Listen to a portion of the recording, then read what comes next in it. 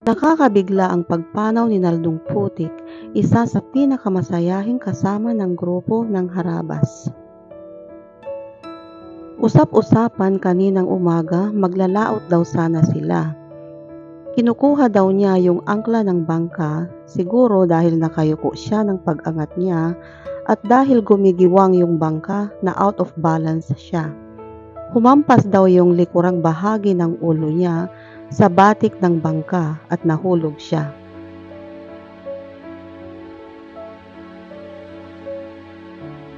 Pagkaahon daw sa kanya, dinala sa tabi ng dagat, ni-revive, dinala din sa hospital pero dead on arrival na daw po siya. Nakakalungkot isipin na pumanaw na siya. Rest in peace, Naldong Putik. Pumanaw ka man sa mundong ibabaw, marami kang napasayang kaharabas kagaya ko. Ikaw ang clown ng Team Harabas. Rest in peace, Naldong Putik.